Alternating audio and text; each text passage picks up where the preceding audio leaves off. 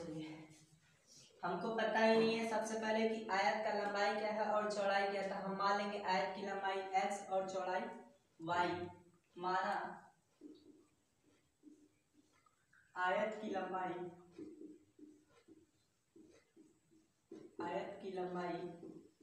x और आयत की चौड़ाई क्या होगा, y हो जाएगा। ठीक है, यानी पहला जो आयत हमने उसकी लंबाई x मान लिया, उसकी चौड़ाई कितना मान लिया, y मान लिया गया।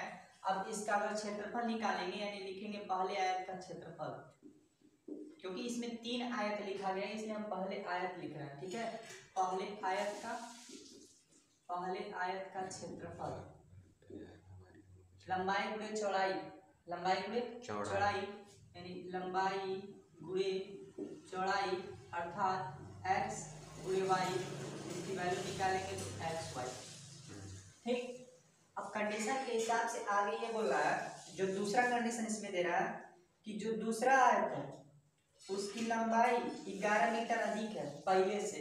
पहला वाला जो x मीटर है उसमें 11 मीटर का करना है, अधिक करना है, यानी दूसरे आयत की लंबाई लिखेंगे, दूसरे आयत की लंबाई x प्लस 11, यानी पहले इसका लंबाई अगर x है तो उसके बाद इसमें लंबाई में कहा है कि 11 मीटर और क्या करना है, अधिक करना है। 11 मीटर हम इसमें क्या करेंगे, अधिक कर लेंगे। और चौड़ाई में बोला है कि 6 मीटर कम, यानी दूसरे आयत की चौड़ाई में हमको क्या करना है, चौड़ाई क्या है, y है, तो इसमें 6 मीटर क्या करना है, कम कर देना है। अब लिखेंगे दूसरे आयत का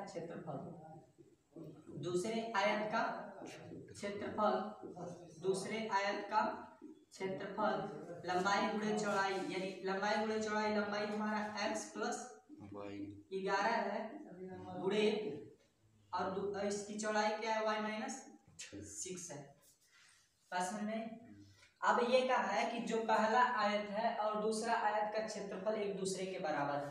थोड़ा ध्यान दीजिएगा, पहले आयत का क्षेत्रफल और दूसरे आयत का क्षेत्रफल एक दूसरे के क्या है, बराबर है। यानी ऐसे लिखेंगे, पहले आयत का क्षेत्रफल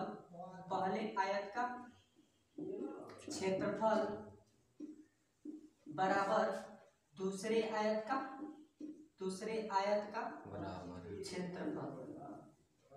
पहले आयत का क्षेत्रफल और दूसरे आयत का क्षेत्रफल आपस में क्या है, बराबर है।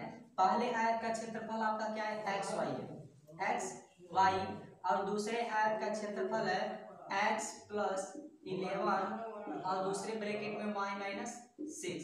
ठीक है, अब x y, अब इसका मल्टीप्लाई इसमें करेंगे, x का मल्टीप्लाई y में x y, और x का इसमें करेंगे तो माइनस 6x हो जाएगा। फिर प्लस है तो प्लस लगाएंगे, 11 का गुणा y में कितना हो जाएगा, 11y प्लस माइनस और 11 छके 66। थोड़ा और ध्यान दीजिएगा, एक्स वाई इधर रहने दीजिए, ये प्लस में इधर आएगा तो क्या हो जाएगा, माइनस एक्स वाई, और ये माइनस में इधर आएगा तो क्या हो जाएगा, प्लस, और ये प्लस में इधर आएगा तो क्या हो जाएगा, minus, is equal to minus 66। ये इससे क्या हो गया, कट गया, और आपको मिलेगा 6x minus 11y is equal to minus 66। समीकरण नंबर 1। बताइए यहाँ तक कोई प्रॉब्लम, समस्या नहीं? एक बार देख लीजिए यहाँ तो कोई समस्या हो निकल के आता है, बता दीजिए। यहाँ तो कोई समस्या है नहीं?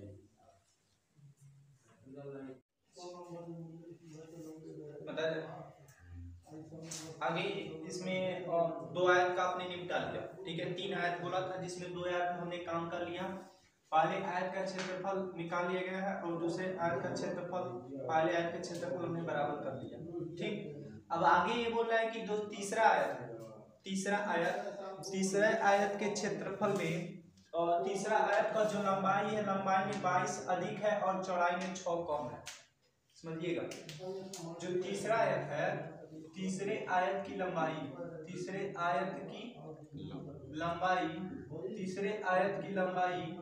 x प्लस 22 मीटर, क्योंकि इसमें 22 मीटर क्या कर रहा है, अधिक, ठीक।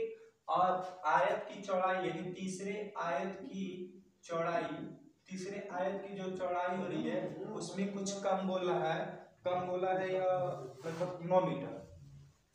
9 मीटर इसमें क्या कहा है, कम कहा। एक बार और ध्यान से सुनिएगा। पहले आयत के क्षेत्र जो तीसरा आयत है, तीसरा आयत की लंबाई 22 मीटर अधिक है पहले से, ठीक है। पहला का जो इतना था उससे 22 मीटर क्या करना है, अधिक करना है। तो पहला यह से था तो उसमें हम 22 क्या करेंगे, अधिक कर देंगे। और चौड़ाई कहा है 9 मीटर कम है पहले आयत के क्षेत्रफल से, यानी पहला आयत का क्षेत्रफल अगर y है तो उसमें 9 मीटर हम क्या करेंगे, कम कर देंगे। समझ रहे हैं ना। अब इसका क्षेत्रफल निकालेंगे, यानी तीसरे आयत का क्षेत्रफल, तीसरे आयत का क्षेत्रफल, तीसरे आयत का क्षेत्रफल।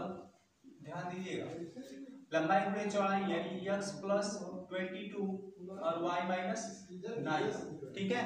इतना तो दिक्कत नहीं है। अब ये कह रहा है कि जो तीसरा आयत का क्षेत्रफल है वो देखिए, कह रहा है कि उसका क्षेत्रफल एक तीसरे आयत के क्षेत्रफल के बराबर, यानी दूसरा जो आयत है, दूसरा आयत का जो क्षेत्रफल आया, दूसरा आयत का क्षेत्रफल कितना था, ये था ना। दूसरा आयत का क्षेत्रफल तीसरे आयत के क्षेत्रफल के क्या हो रहा है, बराबर हो रहा है।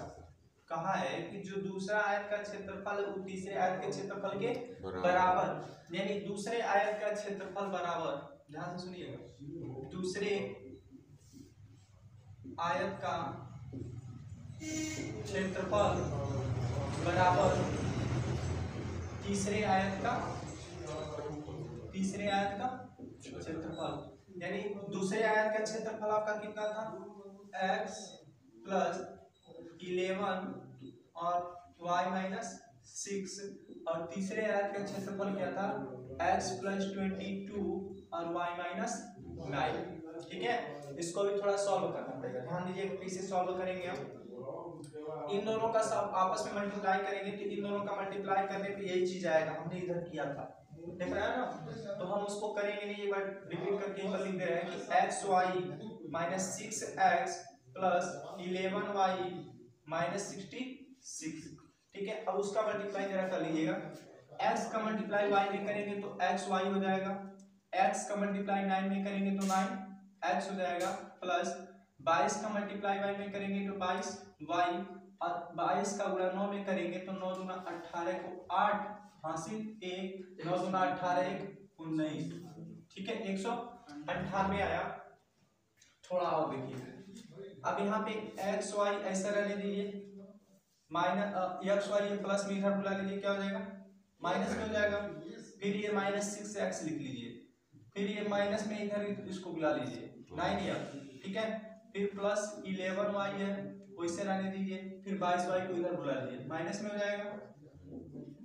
माइनस 198 ऐसे रहने दीजिए, ये माइनस भी इधर आ गया तो क्या आ जाएगा, प्लस 66। कोई दिक्कत, बस हमने क्या किया कि कोई इधर ट्रांसफर किया और साथ में ट्रांसफर कर लिया, ठीक है। ये माइनस में यार ये प्लस में ये तो खत्म हो जाएगा, ठीक है। 9x में से 6x घट जाएगा, 3x बढ़ जाएगा, वो भी प्लस में बचेगा क्योंकि ये वाला बड़ा है और ये वाला छोटा है। और यहाँ पर 11y है, यहाँ पर 22y है, तो इन दोनों में से घट जाएगा तो बचेगा माइनस 11y, और क्योंकि माइनस इसलिए बचेगा क्योंकि ये वाला बड़ा है और इसका चिन्ह क्या है, माइनस है, ठीक है।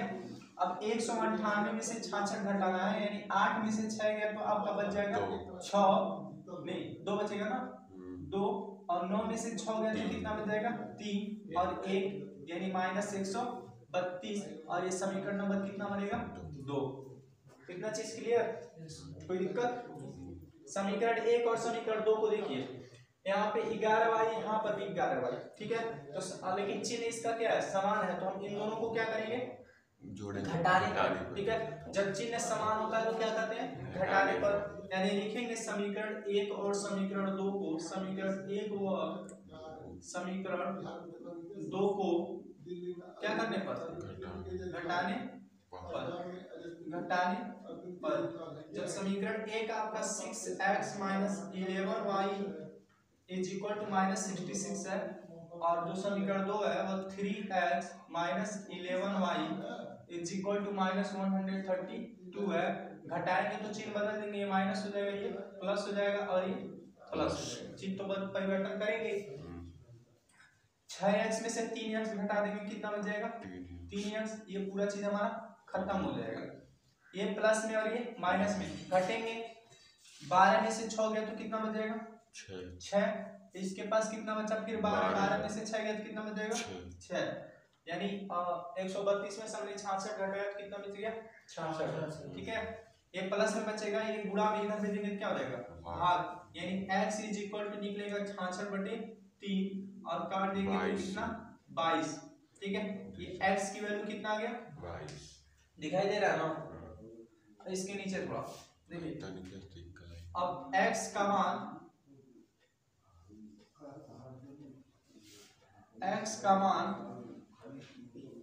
समीकरण 1 में, समीकरण 1 आप देखिएगा किधर है 6x minus 11y is equal to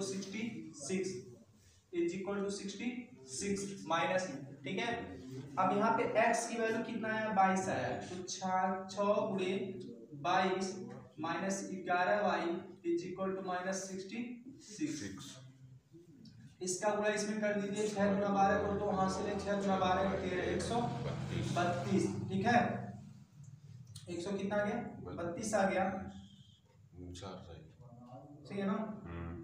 चलिए अब ये प्लस में उधर भेज देंगे तो क्या आ जाएगा माइनस में हो जाएगा।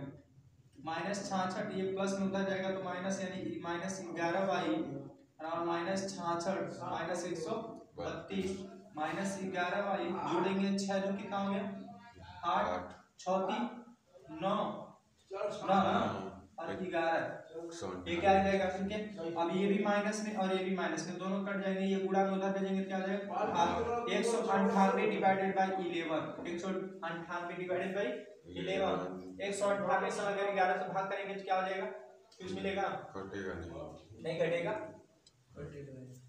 कटवा नहीं गिरेगा नहीं, तो गलत आया भाई। 66 का जब ये उसी तरह 22 गुणे 6 यानी y इज इक्वल टू आपको कितना मिल जाएगा 18। ठीक है, अब यहाँ से लंबाई इसका कितना निकल गया, यानी आयत की लंबाई आपको मिल गई, x था, x की वैल्यू कितना आ गया 22 और चौड़ाई इसकी कितना निकल के आ गया 18। ये भी मीटर और ये भी मीटर। आंसर नोट करिए।